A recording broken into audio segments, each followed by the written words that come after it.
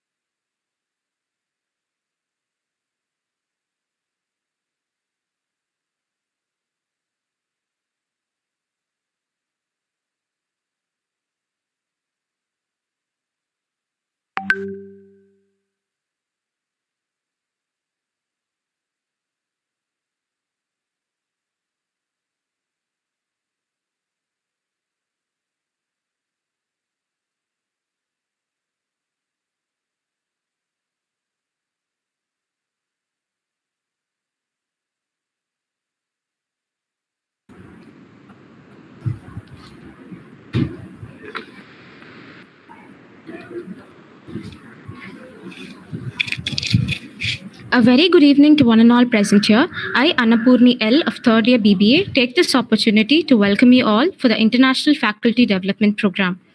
We are honored to have Dr. Sunil Kumar as a resource person for today, who is the faculty in Human Resource Management section, Business Studies Management, University of Technology and Applied Sciences, Shinaz, Oman.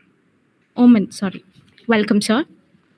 I'm glad to thank our principal, Madam Dr. R. Olagi. Thank you, ma'am.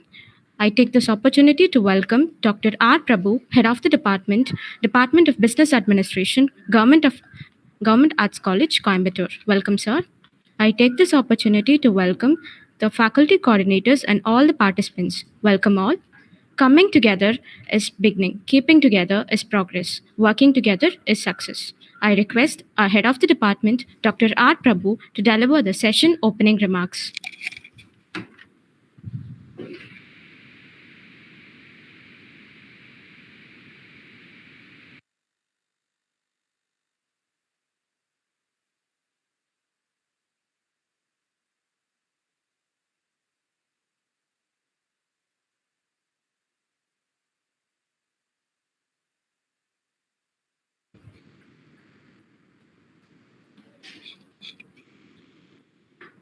Good evening to all of you. Respected resource person Dr. Sunil Kumar, our principal, Government Arts College, Madam Ulagi, dear participants, it's indeed a small beginning that we have started today. After the pandemic, the new normal, we have seen a lot of changes throughout. Everybody speaks about the difficulty in handling students, but there is a real challenge in ourselves, the way that we should go forward in dealing with such a change, which we call as the new normal. We started thinking that let's have a small faculty development program for our faculty, inviting people from abroad so that we get an international experience on how to handle and how they are handling their students. But this humble beginning has led to great start, and I wholeheartedly thank all the participants who have taken time off to join our 5-day workshop. Actually, we were planning to get around 100 or 200 participants, but amazingly, we have landed up with 950 participants so far. And it's a great feeling that this faculty development program will benefit all of you, definitely. The new normal faces a lot of challenges. We have serious challenges of learning losses and reduced skills and overexposure, dependency on the internet and gadgets. And UNICEF study says that more than 25 to 30 crore Indian students education has been affected. We face a lot of challenges like attention deficit. Attention deficit is like the regular attention that we students used to pay before pandemic, and after the pandemic is totally different. We all face these challenges. I did not expand on attention deficit. The second one is inadequate articulation. Inadequate articulation is like there's a reduction in the oral and written presentation skills that we see in reality with the students. There's an increased screen time. Increased screen time reduces a real-time communication with everybody else around us. And all this leads to psychological stress when we try to counsel the students, asking them to come offline. The sudden shift from online to offline is not only very difficult for the learners, it is also very difficult for the teachers like us. So we look at a hybrid method. Everybody says, look at a hybrid method of teaching. But there are a lot of things that we should look at. Only a hybrid method of technology or a hybrid method of teaching methodology will not help us. We also need a change in our psychological mindset on how we should go about training students in the new normal.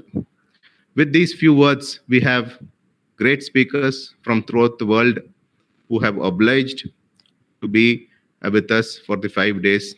And their sessions are definitely going to be totally varied and different. They'll be touching on a lot of different aspects. Today, Dr. Sunil Kumar will be touching upon case study methodology. And I wish all the participants and our speaker a happy 1 hour. Thank you. The next 1 hour. Thank you.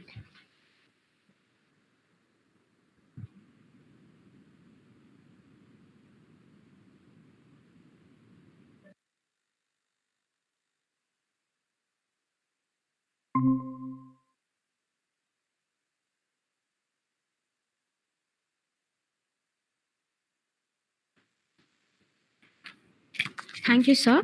Now I call upon Dr. K. Karthigay, Assistant Professor, Department of Business Administration, to introduce the chief guest of the day.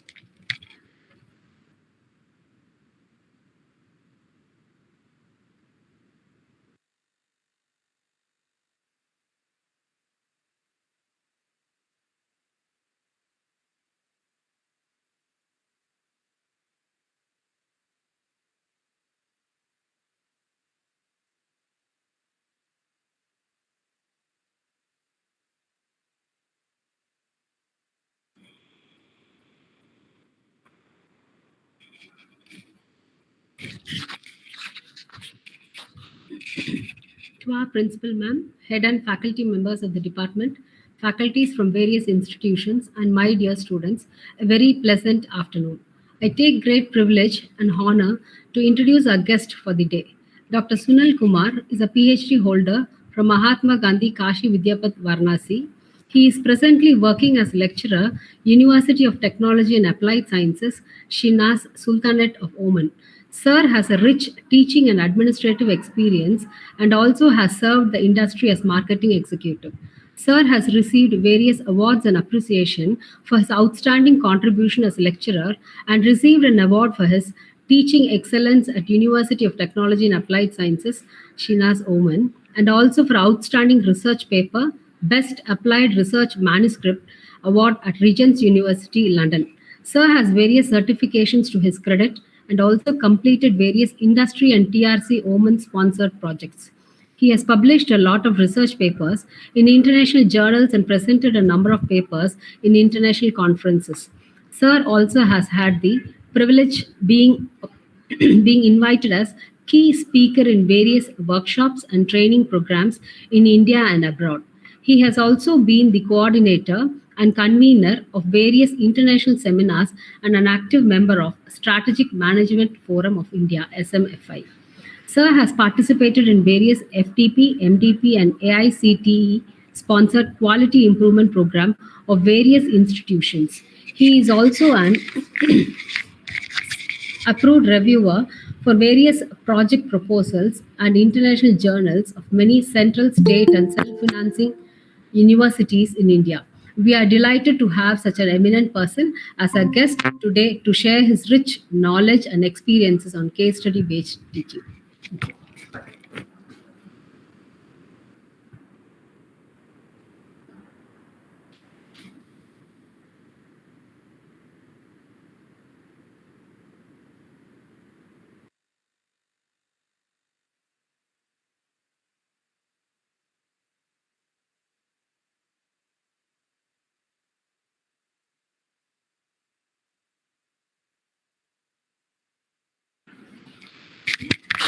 Thank you, ma'am. I am glad to welcome the resource person for the day, Dr. Sunil Kumar, to deliver the speech. Good evening, Honorable Principal Sir, and my friends to this workshop. I hope my voice is reaching to you. Am I audible? Just for confirmation, please. Say yes.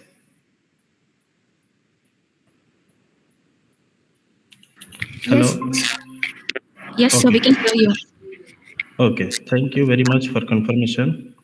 And I believe my PowerPoint slide is also visible at your end.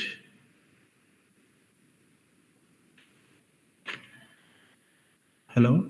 Yes, sir, we can see the presentation.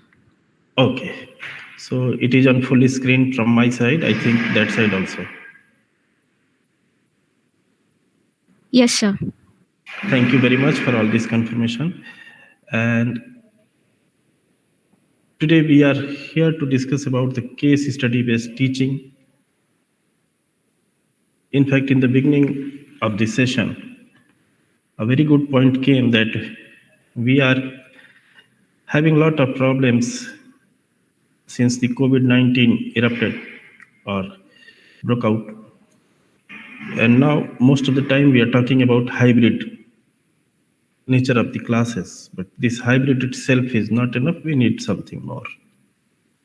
So today we will go through the case study based teaching, why it is needed and what are the challenges, since it is faculty development program. So this session will focus mainly on conducting a case study in the classroom. However, there are various aspects of case study, writing a case or participating in a case discussion. That part we will not take in this session. This session is only focused on conducting a case study. And as this is a faculty development program, most of us conduct the case studies in business management classes.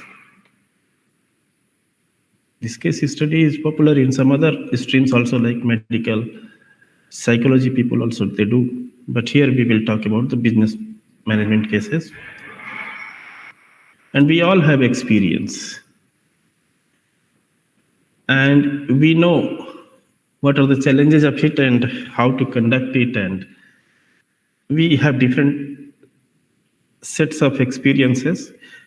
Though this session, I understand, is going live through YouTube, and I have very less opportunity to interact two-way. Otherwise, case study, the very purpose of the case study is to make interactive session for learning. And if I ask a question, what is a case? The obvious answer will come from everyone joining this session. That case is just a business story, I can say. It is a story about a business situation. And this case describes actual business situation related to a management problem that managers face in their day-to-day working. So in that sense, in that respect, it gives practical knowledge to the students. And students are put into the position of management as a decision maker or part of the decision-making team or as a consultant. So in the case study, our major focus is to put a student in a situation where a decision is required. So in short, in other words, we can say a real business story with a decision point is the very purpose of case study. Now, since it is a story and there is one decision point, that could be a limitation. This we will take later. That business situations are not so static as our cases, but even then, these case studies may include various aspects of a business, and they may cover marketing related issues, HR, finance, accounting, logistics, or whatever the dimensions a manager faces in a particular situation that can be brought to the class. So a case study is much like dealing with the problems that a manager faces, and this method involves learning by doing.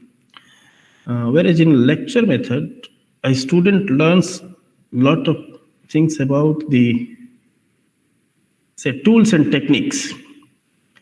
Tools and techniques, like they go through the principles, theories, some ratio analysis, analytical tools in statistics as well as in accounting, and like that. But what happens most of the time, we talk that graduates are well equipped with the knowledge, but they don't know the practical aspect. When an MBA goes to the industry and he's required to conduct an audit or analyze a financial statement, that time he may find it is very difficult to take the conclusion from the statements given to a new incumbent. And that part, he realizes, oh, lecture method did not develop the skill that industry looks for. So here the case study method becomes important. We all appreciate this and we all understand this. But the real problems are not so neatly and clearly mentioned on the paper, like a case study. So real business situations are not so neat written. A manager collects a lot of information from the colleagues, from the parties involved in a situation or in a problem. They may get some idea from their statistics, performance data, and they sense something from the real situation, and they have very limited information. Always there is a scarcity of information. We never get full information about any problem that we are facing. There are certain limitations. In those limitations, the manager has to perform where these factors are affecting each other. That's why interplay between the factors.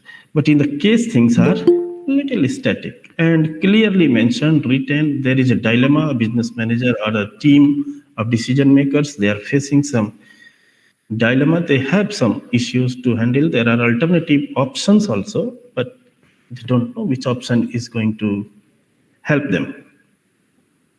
So the real situation is a little more complex, more dynamic as compared to a case. Even then, we prefer case study because it gives some idea about the real situation in the business environment. Moreover, a real business problem is not fixed to one dimension that we bring to the classroom. Because in the classroom, our focus is to catch up with the learning outcome through the case study. So we select a case study that fits into our learning outcome, what we want to learn in a particular session in the classroom. Whereas in the business, things are different. We have to solve the problem. And most of the time, it does not happen in the real life that a manager solves a problem and shuts down everything. Next day, he will take another problem. Sometimes the problem itself requires multiple actions at different stages.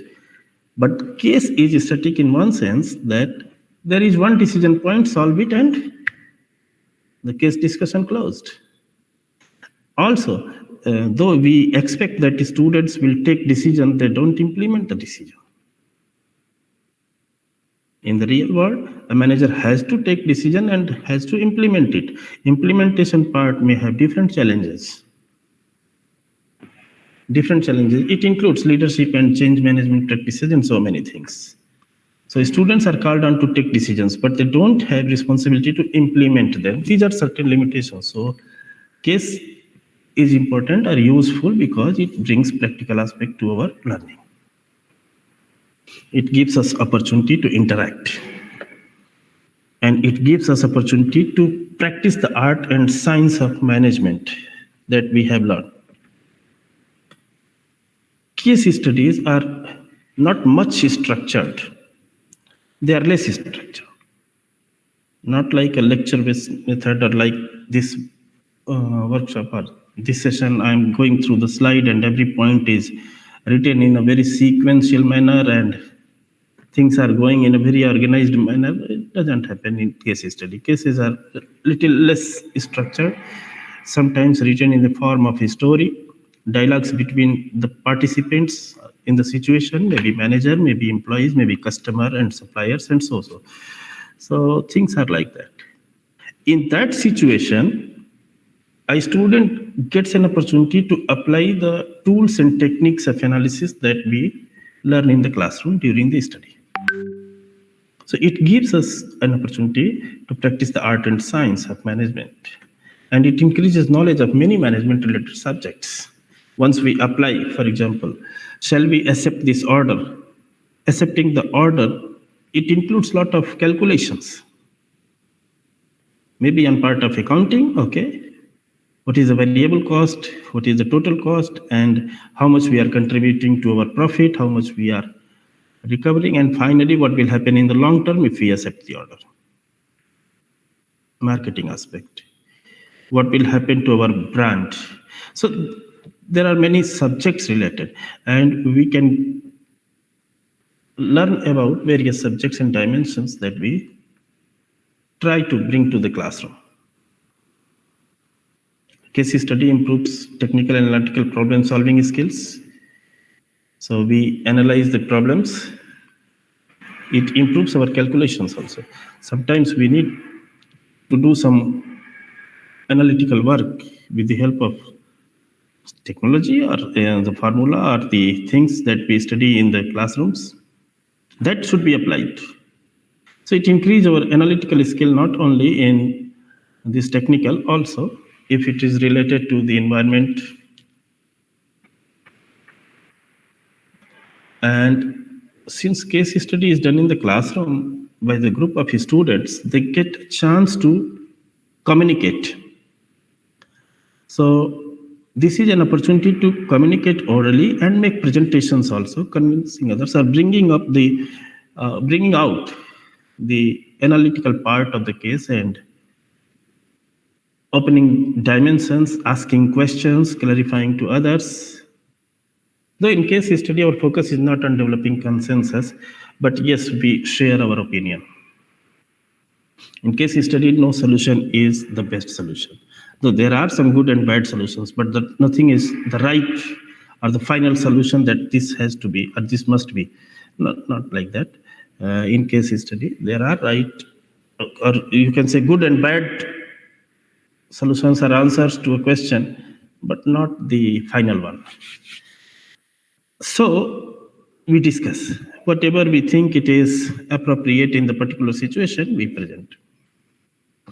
This is a major challenge. We will see why students do not participate and what are the challenges we face in the case study. It will come later, but it develops presentation skill, communication skill among the students.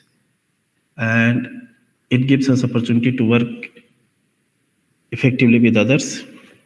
It provides opportunity for exchanging individual experiences. If someone has working experience or say even students as a customer, at least everyone is a customer, so everyone has certain experience about a product, technology, buying behavior. Cases are useful for developing sets of principles and concepts. Sometimes we can use it for developing some principles and concept and to renew the fun and excitement that comes with being a manager. So how the life of a manager is full of excitement, challenge, energy, and of course, problem solving opportunity, leadership skills. So that comes to the class and the students can enjoy with a little high level of energy as compared to the lecture method. In fact, in the lecture method, the presenter or the lecturer himself is a focus point. But in case method, students are the focus point. They are the real participants, means they run the class. And facilitator means lecturer is just a facilitator to run the class. The role is same like traffic signals on the road. Go this way or open a new narrow road and divert some discussion like that. We will come. What is the role of instructor in the case? So instructor's duty in the case study. The first problem, yes, this question came to my mind when I was in number one of India, IIM Ahmedabad. I was asking this question to a professor. Of course, I was just a participant in their faculty development program that they conduct during summer. That is a 4 months program. So I asked the professor, sir, how do you select the case? Means there are n number of cases on a particular topic. We can take from various sources like Harvard Business Publishing or XN Publishing or Case Research Journal. So we can take cases from various sources. But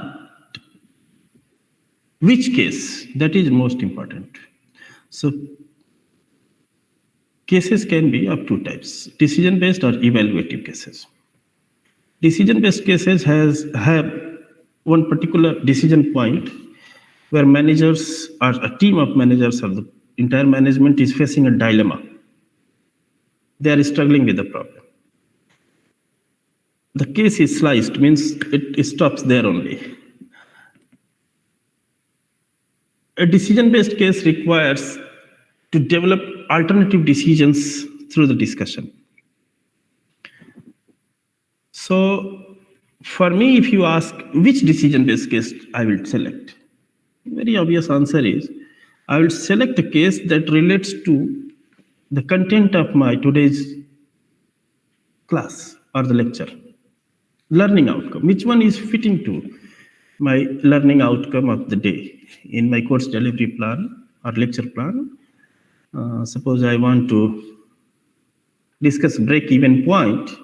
So I will go through a case that covers break-even point. So decision-based cases, these are available from various sources. Cases can be evaluative also. Same like in books, textbooks. At the end, they are publishing cases they are including with some questions. In those cases, questions are already given at the end of the case study. And sometimes decision points are there.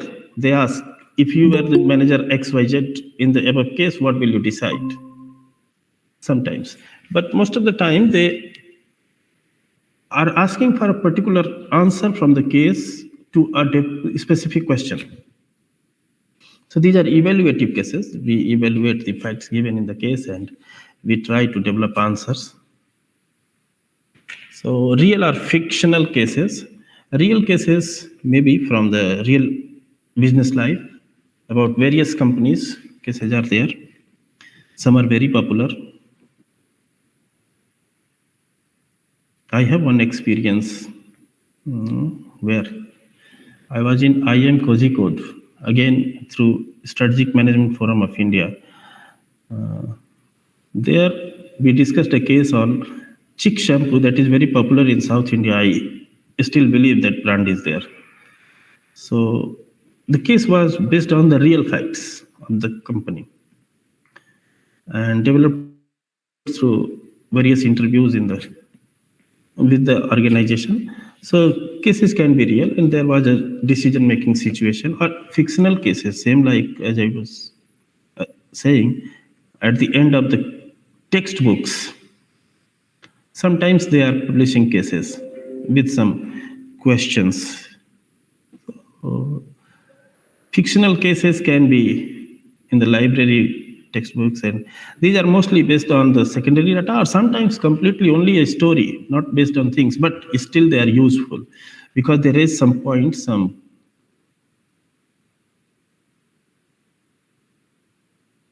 concepts and theories they put up or bring forward.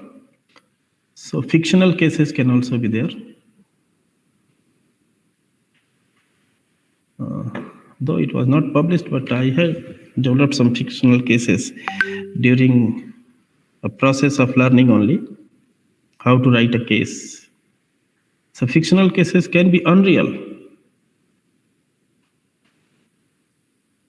What about the real cases?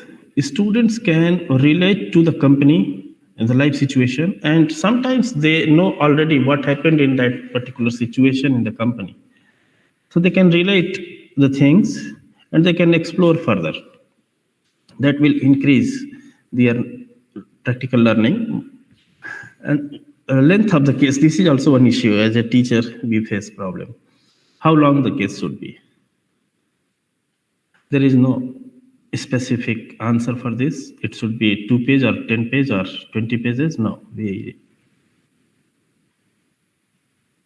we cannot reach to a conclusion that how much length is required.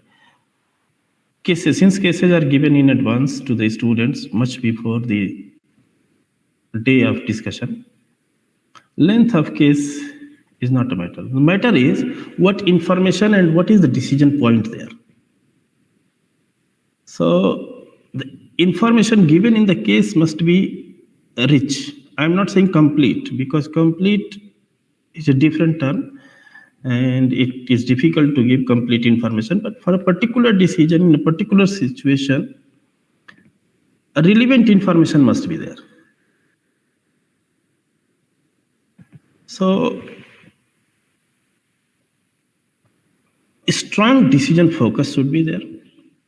Yes, there is a problem. Manager needs a decision, and these are the situations. These are the factors that are playing there. That's all.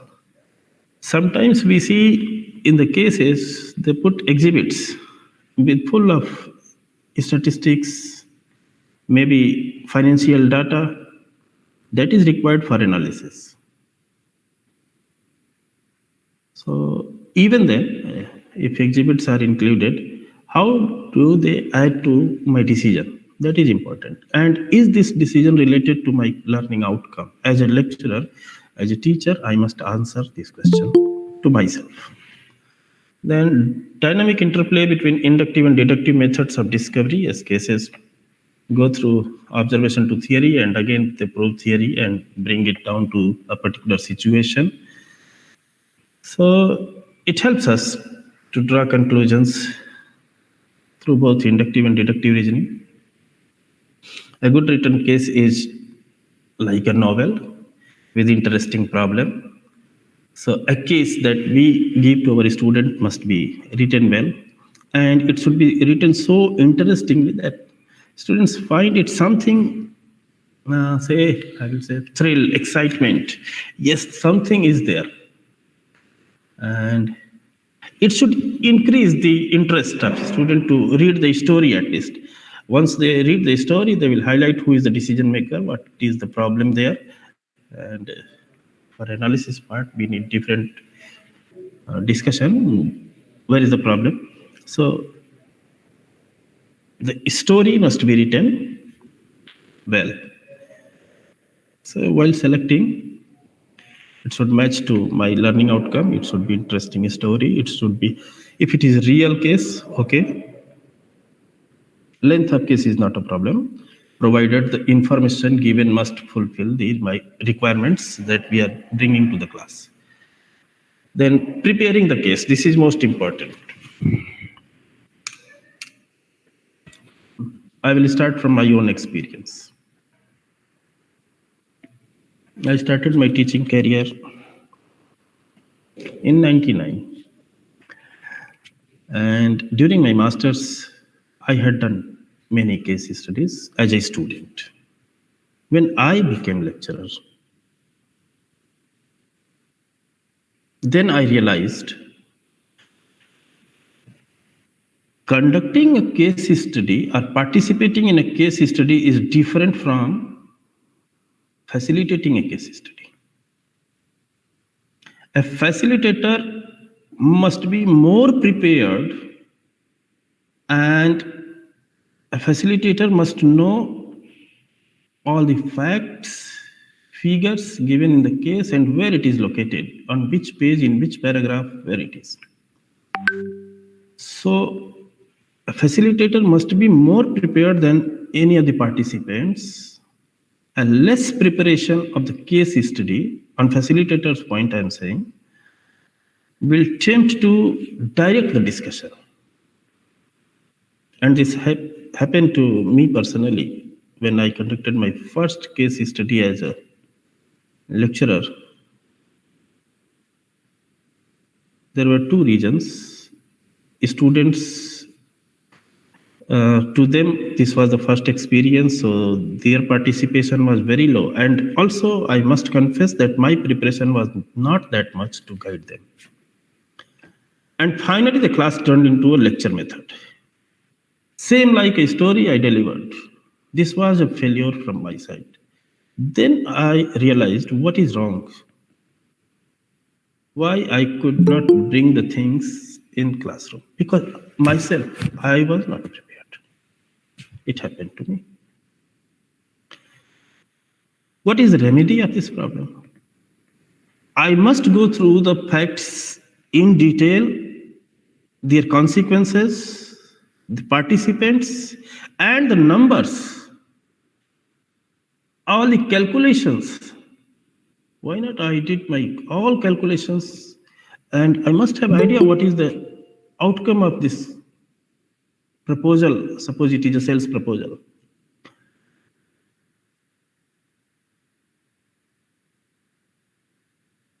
So less discussion.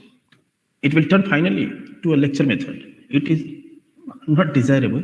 So preparation is required, and over preparation will remedy to provide the right answer.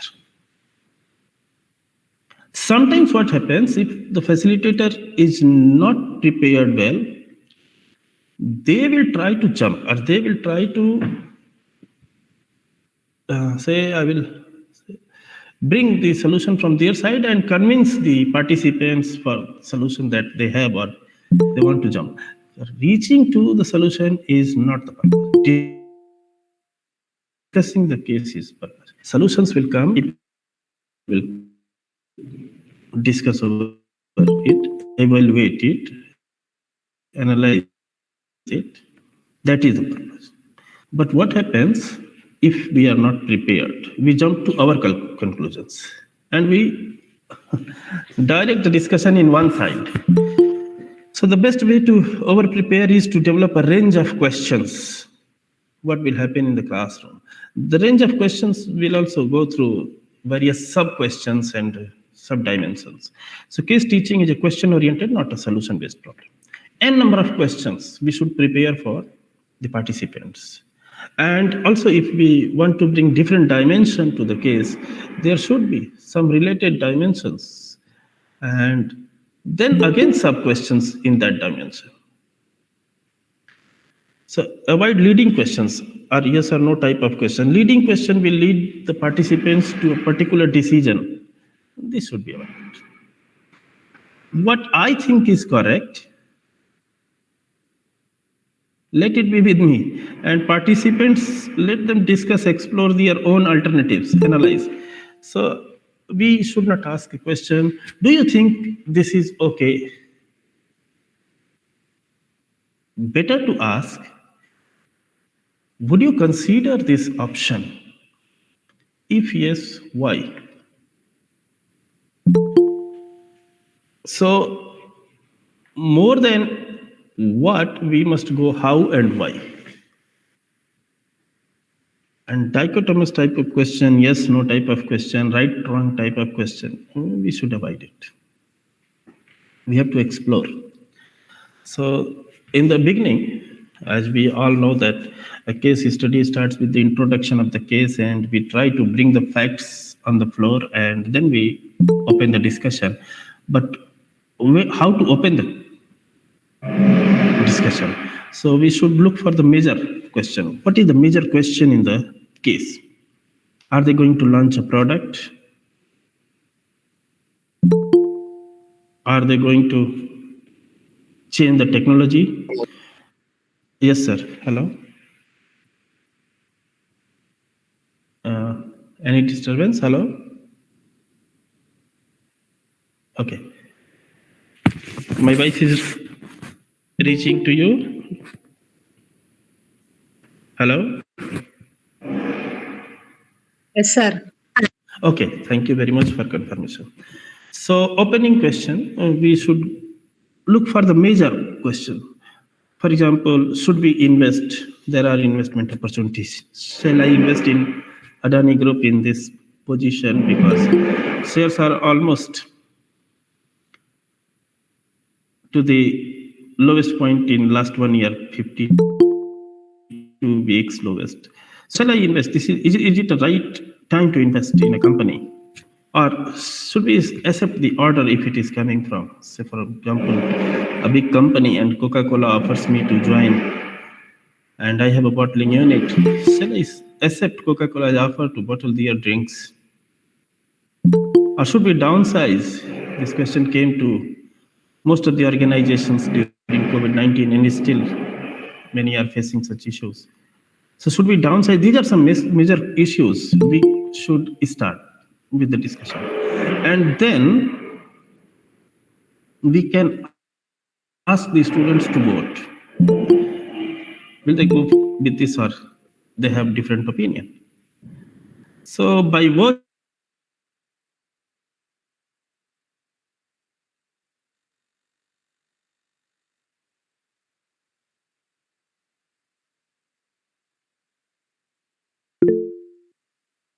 raised by counter questioning. If someone says, yes, it is right time to invest in a company. Okay, what prospect you see after 2 years? So what prospect you see after 2 years means there is a gap. And we are asking for some data analysis, the projection. Here analysis comes. In a different perspective, some other participants or group of participants, they can bring some other scenario and class moves forward. So our role as a facilitator is to create controversy among the participants, divide them in 2 or more groups. And we must be very much careful about their voting. How many say yes, how many say no, and how many are neutral. We need to record all this. Because so many of the students, social loafing, we all know that, oh, there are many and they will answer and why too. myself in a situation where this teacher will ask n number of questions. Sometimes the students think like that. We need to involve them also in the discussion. So we must record.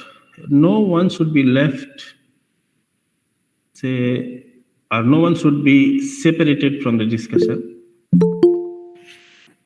And our role is to put the students in shoes of the decision maker, and each student must take a stand. Once the students have voted, they should defend their answer with concrete information from the case. Why do they think like that? Why do they think that carbon trading is going to be a big business or no business? Because electronic vehicles are coming up and like that, electric vehicle. So opening questions can be used to distract students from fundamental issues. Sometimes what happens, if we ask a very straight question, the class will try to jump to the conclusion of the case. Our purpose is to stimulate the discussion, not to jump to the discussion, jump to the decision. So sometimes we can ask questions to distract them. What will be the impact of this decision? Who are the parties influenced by? For example, we are introducing a technology, new technology. So who are the parties? What will happen to their career? How we will manage them? So we can distract the discussion just to increase the participation. And opening questions set the stage for discussion and energy in the room. This is maintaining energy is also one aspect. We should not drag a discussion on a particular question so long that energy is exhausted and no one is further interested to discuss on that point. If energy is going down, participation is going down, students are not coming with new points, we start with another question. And those are anchor questions.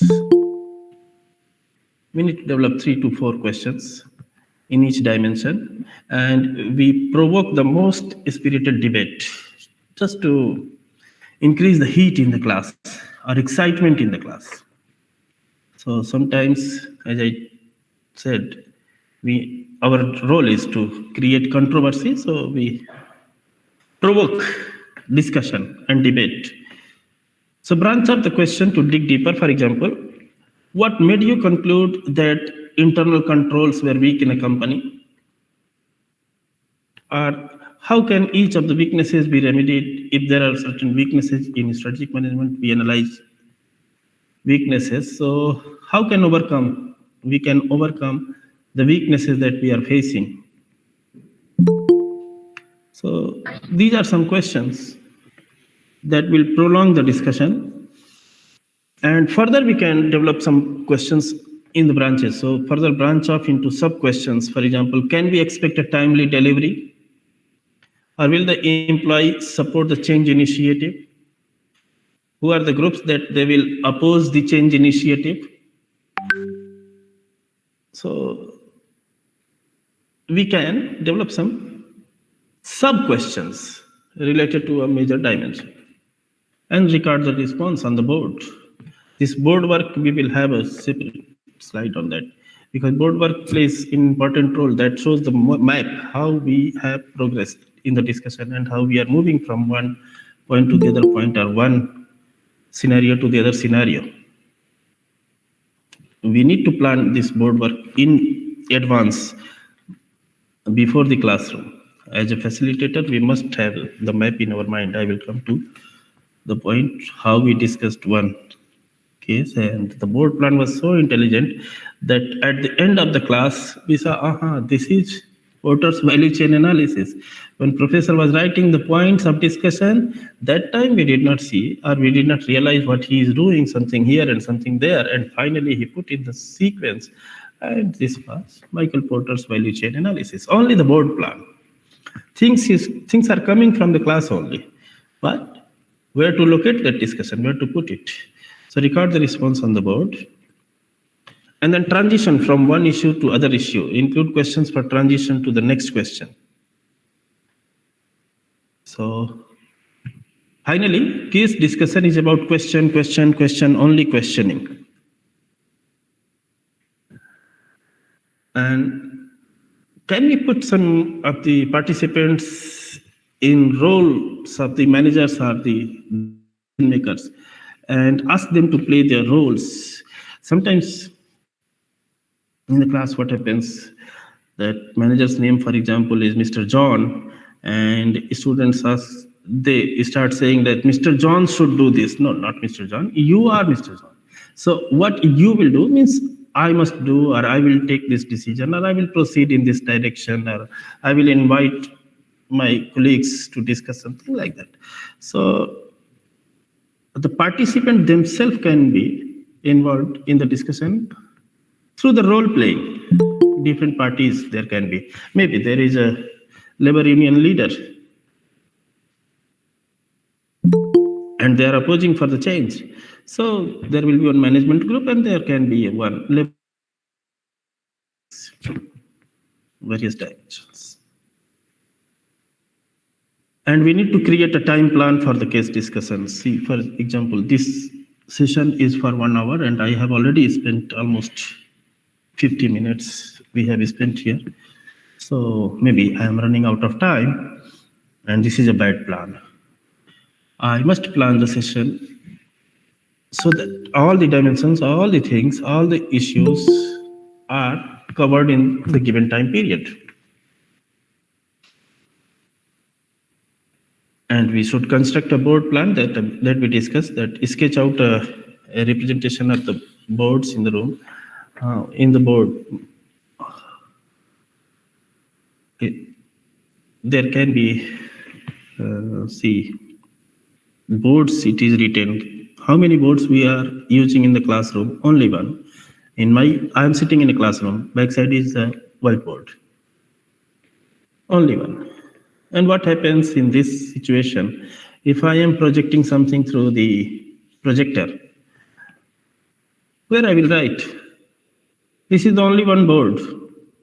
So why not we have 2-3 boards, 3 boards minimum, one for projector, right hand side and left hand side, for bringing up questions and the discussion points. This can be. If we don't need any presentation, then all 3 can be used together for. How we will use the boards and how we will move from one to the other. And in this case study method, our classrooms design should be in circular, C-shaped, so that everyone is facing each other. Of course, the facilitator is at the center point, but facilitator is not participating in the discussion. The role is different. So, where we intend to capture the remarks of the opener and class votes. So if class is voting yes, no, favor, unfavor, something like that, where we will record on the board. The place should be decided much in advance before the class for better coordination. Where pros and cons will be written and where numerical analysis will be done. That's why one part, suppose left-hand side board is only for the calculations, so put it there. Means we can divide our board. If we have only one board, we can divide in 3 parts. One part for opinion, voting, and one part for calculation, and the center part maybe for presentation, or if any framework we can draw the framework on the center point. So board plan must be clear. And then specify the place for wrap up. And this debriefing or wrapping up is also important. At the end, we will do. So this is an example of time allocation. This is a class for 75 minutes, and 5 minutes the instructor wants to spend on the introduction with opening question, bringing the facts and opening question, then societal impact of our product. Suppose this is the problem. In the case, 5 minutes, impact of external factor, that is problem 2, 10 minutes, problem 3, 10 minutes, and then we need more discussion on value creation and in-class experiment 20 minutes. Marketing operations in the company, like that. So various dimensions, how much time we will put. If it is accounting related classes, more time we can give to the calculations, like that. But this time plan should be ready with us with teaching note. Yes, about this teaching note. Some of the case publishing houses, they give teaching note also with the case. And so that is their own intellectual property, but that can guide us to develop some solutions as a facilitator. And even then, if there is a teaching note, we should try to recalculate the numbers. And we should not go through their method of, or their numbers or their calculation steps. Maybe in our class, we have discussed in a different way, with a different method of some analysis.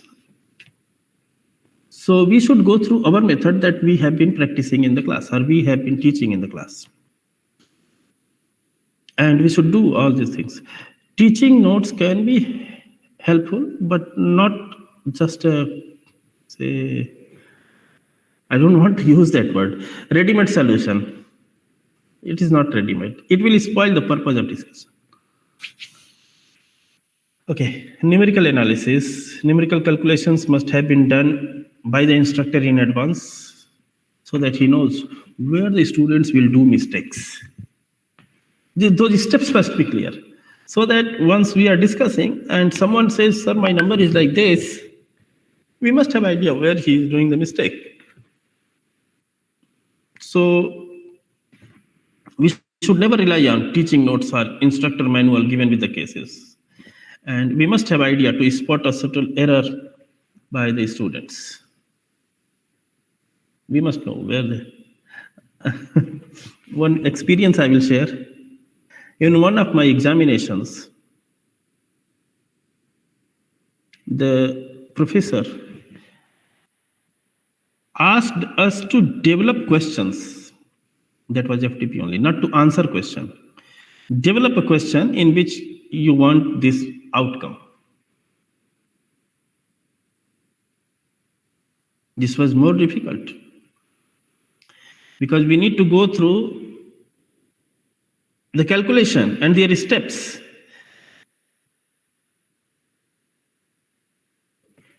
When we are discussing the cases, we should go through the process of analysis and the calculations so that we know where students will do the mistake or errors. Be clear about the purpose of the question. What is the question and what answers we are expecting? And ask students question where simple break-even ratios or counting provide insight. So numbers, it should not be overfeeded, but a relevant number should come to the discussion. For example, there is a question, what are the fixed costs? So this is not a precise question. The precise question can be assuming that the cost mentioned in exhibits is correct, and what are the fixed period cost in first year? So we are not asking fixed cost for how many years, for which period of time, it is not mentioned here. In the first year, how much will be the fixed cost? This is a little more precise, a specific question.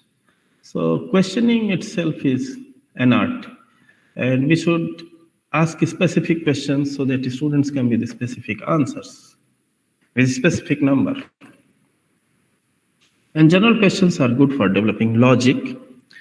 If we are developing some argument for promoting a product or leaving a market or going to the international market or going for offshore manufacturing, like that. So if we are developing a logic, general questions we can ask. Okay. Then grading, this is most important. How to do grading for a case discussion? So we should decide what to grade. Participation or the presentation and the report if a student is submitting after the discussion. So what to grade? Generally, we go through the discussion and we value oral contribution of the students, how much they are speaking in the class. But this speaking itself is not a sufficient evaluation criteria, because someone may be speaking and useless, is not adding anything to the discussion, but they're speaking every time. We don't care. So oral contribution, and sometimes we can ask students to evaluate each other, grading from the students. So each student in the class assign grades to each other. And finally, we will combine the facilitator's grade and the student's grade to make the final grade. So combined grading, student evaluation and instructor evaluations are compared and numerical grade given to each class period. A grading method must be given to students in the beginning. So in the beginning itself, students must know for what they will get marks and for what they will lose marks, so that later on they should not say, why did I lose mark, number one, and they should know what is rewarded in the class. So if grading we are doing, we can give 0 marks to a student who is not contributing anything and who adds nothing to the class, but he speaks. Speaking itself is not sufficient. What did you add to the discussion? That is important. We can give 0 if a student is not adding anything.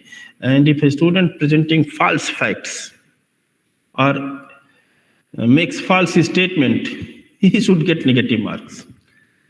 False statement or false facts, of course, negative. And the students earn marks if they raise questions that forward the discussion. So if anything is taking the discussion forward, moving the discussion, taking it to the next level, they should get good marks. So we can give them higher grades. Highest marks are given to student who insight higher than the expectation. So who had some points that is beyond the expectation of this dimension we never thought, and it is coming to the class. Okay, give him exceptionally high marks. And when we should give, we give immediately after the class, so that in the next class his students will know what is rewarded and for what they get appreciation. So if it is possible, assign the credits immediately after the class. And discussion, yes, here the hybrid class comes. Prepare a call list. Sometimes the students are very silent. So if we have a call list and we know who is silent, we can call the participant by their name and we can involve them in the discussion.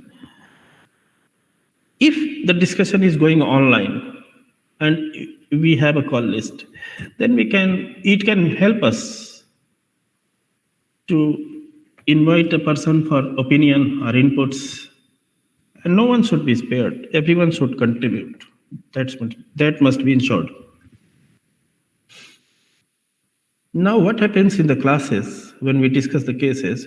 Some groups of students, they are very active.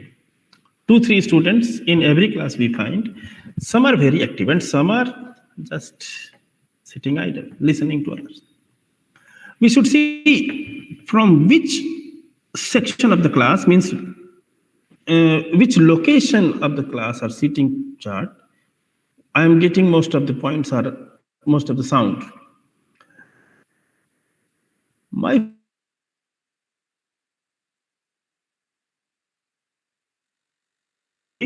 to involve everyone. And in the CSA, we should turn immediately to the other side if they are silent. So we should observe who is speaking. Everyone should speak. And it should not be that class is hijacked by some groups, 2, 3, 4 students. They are discussing among themselves and others are waiting for the time. Oh, it is 5 o'clock in India and I must go home. Not like that. As a facilitator, we should encourage them to please participate. After the class, we should replay the discussion, what happened, what worked and what did not. what drained the energy, and what increased energy. So what was the point where students were most excited, and what was the point where students, this point, leave it, sir. So maybe, which question worked well, which question confused the students, all this will help us to conduct the next case study. And we will learn from our experience. How did the time plan work? And were they engaged and excited? And did the class do the most of talking? Facilitators should talk less. Participants should talk more. So did the class do the most of talking? Or it is only me? If I am speaking in my case study class, there can be two reasons. Either I am not prepared or my students are not prepared. So student involvement, a case teacher is like an orchestra leader. What is this orchestra leader? He never plays any music instrument. Others play the music instrument. So who creates the sound? Musicians. What is the role of orchestra leader? Only he knows how to coordinate the music coming from different instruments to make a pleasant sound, pleasant music. So the questions are instruments and students are musicians. As an orchestra leader in case study class, my role is to ask the right question at the right time so that the students respond it to make the discussion more productive.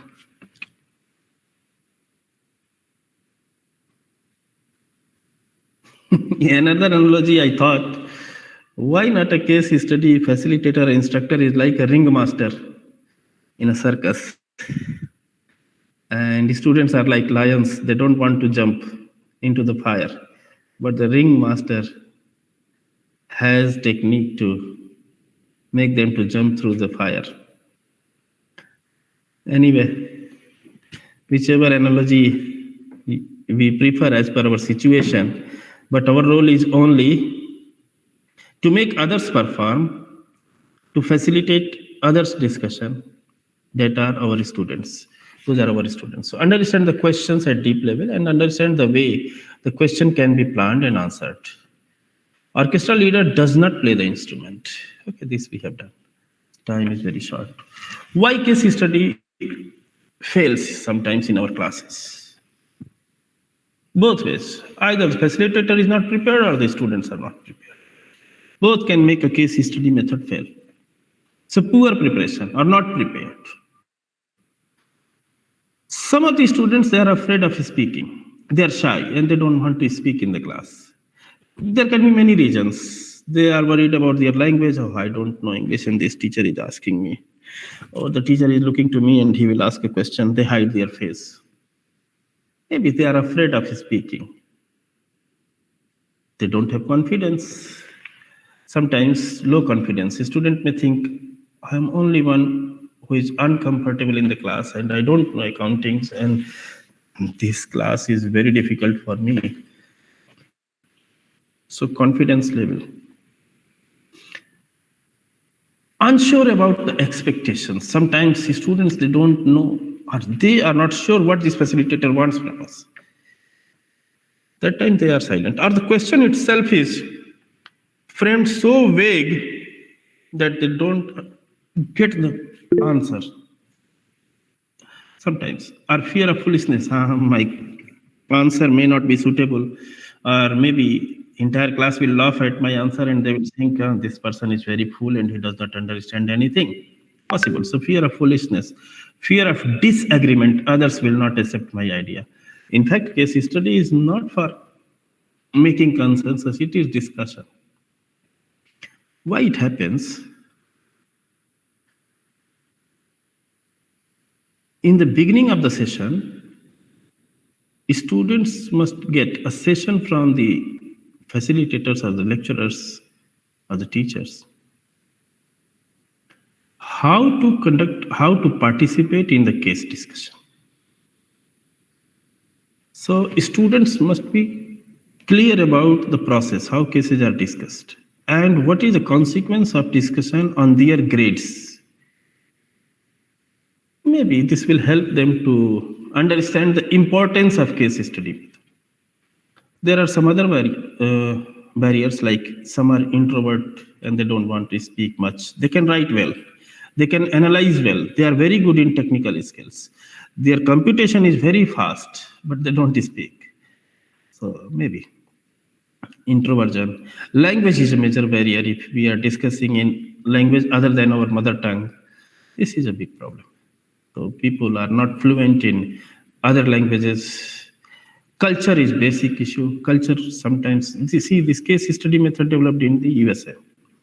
Harvard is it is named for case study method. But still, maybe in some of the cultures, I would say diverse group of students, and they don't find comfortable to discuss with people of different groups, different ethnicity or gender groups also. Sometimes boys and girls, they don't want to talk too much to each other. It's possible. We face certain issues like that. So culture can be one issue, gender, race, and class.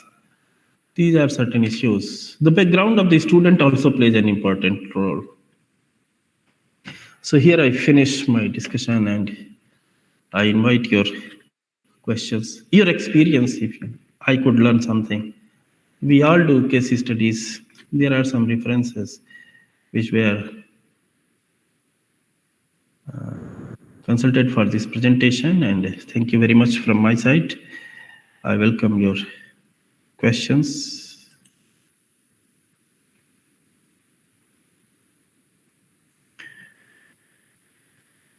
Hello?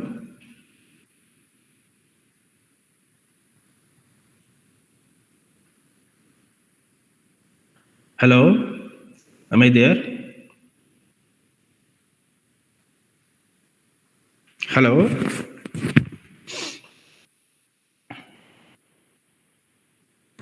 Yes, sir, you're there, sir. Okay. So about case history method, from facilitator's perspective, I have done. And I invite your questions.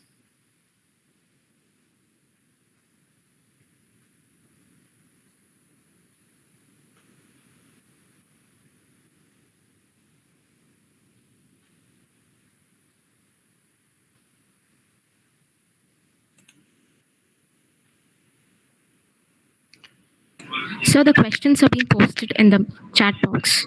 A chat box. Okay. How can I get there? Yes, it is here. So please give us tips for preparing questions for case study. See, about this. Okay. I don't know how much time I have, but there is a major problem.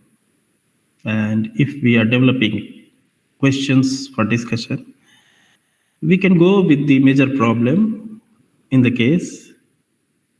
But sometimes what happens, there is a problem, appears to be major, but problem may be hidden somewhere else. And these are only symptoms of the problem.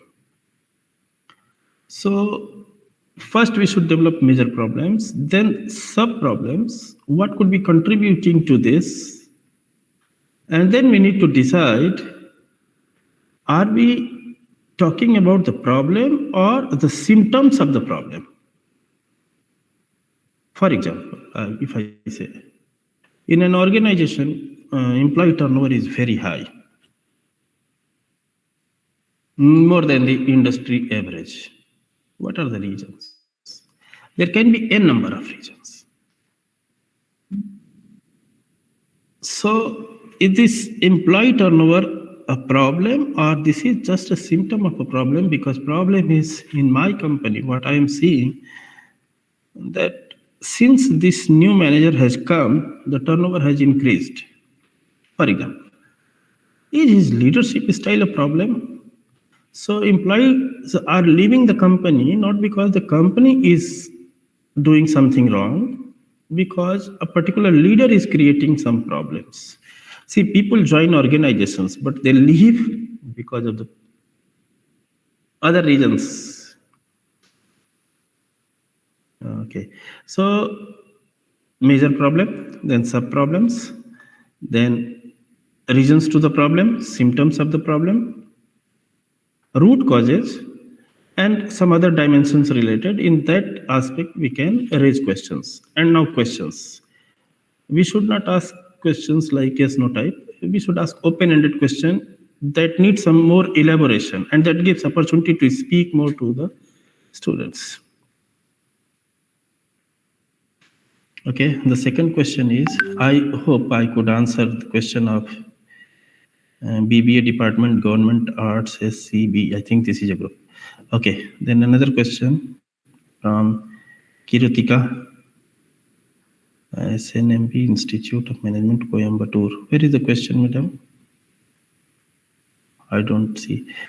Is it necessary to give negative marks in grading? Okay, why negative marking? To restrict some practices. What if we don't give and we give only 0? There is no harm, at least. I did not get mark, so there is opportunity lost, but it did not harm. Whatever I had with me. I have with me. So if we give negative marks, students will understand the importance of the facts they are quoting in the discussion. And they will go through the case properly. So their level of preparation will be better. Otherwise, what happens? There will be some students. Where is the case? I forgot the case. Or teacher, today I don't have case and I am reading the case in my mobile phone. This will not work. Or it should not be. They come unprepared. Or they just prepare before the class in 15 minutes gap. They try to go through the entire case and develop some understanding, and they understand they are smart in communication like that. But the fact and discussion should be accurate. So if someone is giving wrong facts or misquoting something, how to stop them? That's why negative marking. If we could have developed or we could get some other methods to stop such things, that can be practiced, and we can end with 0 marks, 0 for no contribution or wrong facts. So this is from my side. I would like to learn from your experience. How do you control such students, those who speak anything related to the case, even without reading sometimes? So how to stop them in the class? That is our challenge. Miss Kirutika, I think I could answer. No, this question was from BBA department. Okay, 3 questions only. Oh, no, there are many. Okay. This, no question. And Vanati, no question. Sarwan Kumar, no question, no question. Okay, I had, sir, please give tips for preparing. Okay, only 3 questions I had. I think I could answer all 3, only 2, all 2. Please let me learn from your experience. This one-way learning is very boring to me and also to you, I believe.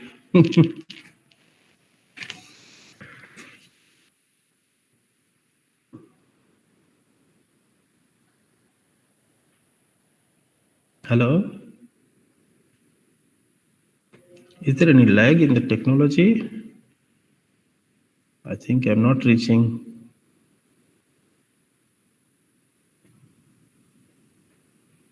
Hello? Thank you, sir. On behalf of the Department of Business Administration, I extend a hearty thanks to our chief guest, Dr. Sunil Kumar, who spared his time from his busiest schedule to grace the occasion. Thank you, sir. Thank you very much, madam.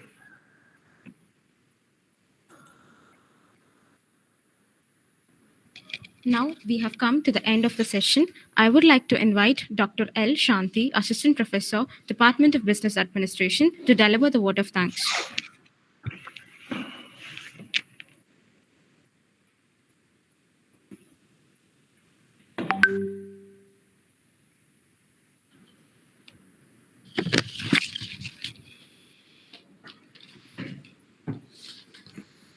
Good evening to one and all. With all your wishes and blessings of Almighty, we have successfully ended our 5-day International Faculty Development Program. Our team was happy to see the overwhelming response from our teaching fraternity in and out the country, which has given us the hope to organize such programs in future for the betterment and upliftment of our student community. As one of the coordinators of this international FDP, I feel honored and happy to propose vote of thanks. On behalf of our college and department, I extend my warm gratitude to our today's resource person, Dr. Sunil Kumar, Faculty in Business Studies Department, University of Technology and Applied Sciences, Shinas Oman, who has accepted our invitation with immense pleasure and has shared his valuable ideas, knowledge, and experience in case study based teaching. Sir, the way you handled the session is informative and interesting. Your session will be highly useful for improving our teaching skills. Now, I would like to thank our respected principal, ma'am, Dr. Ulagi, for providing permission and support in conducting this International Faculty Development Program. Today is a momentous day in our department's history that we have organized this grand 5-day international FDP under the headship of Dr. R. Prabhu, who guided and supported us in making this program happen. I take this opportunity to thank Dr. R. Geetharamani, coordinator of this event, for her sincere efforts in organizing this international FDP. I thank our department faculties, Dr. K. Karthikay ma'am, Dr. S. Akhilandeshwari ma'am, for extending their support in making this event. I extend my sincere thanks to our participants in and out the country. Without you all, this day wouldn't have happened. Last but not the least, my special thanks to our student coordinators and all the students who have worked endlessly and sincerely for arranging this event successfully. Thanking you again. Thank you.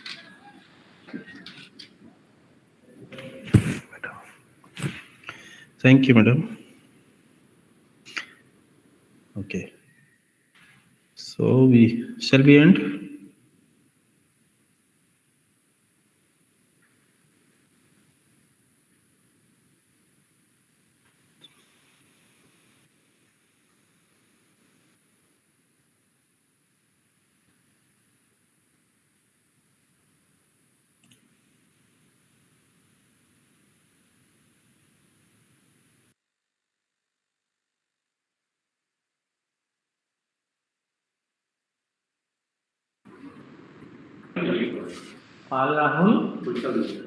Thank you, Dr. Sunil Kumar, for the wonderful session.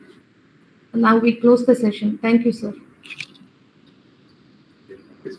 Dear participant, you all can leave the meet. The session is over. We'll meet tomorrow the same time. Thank you all.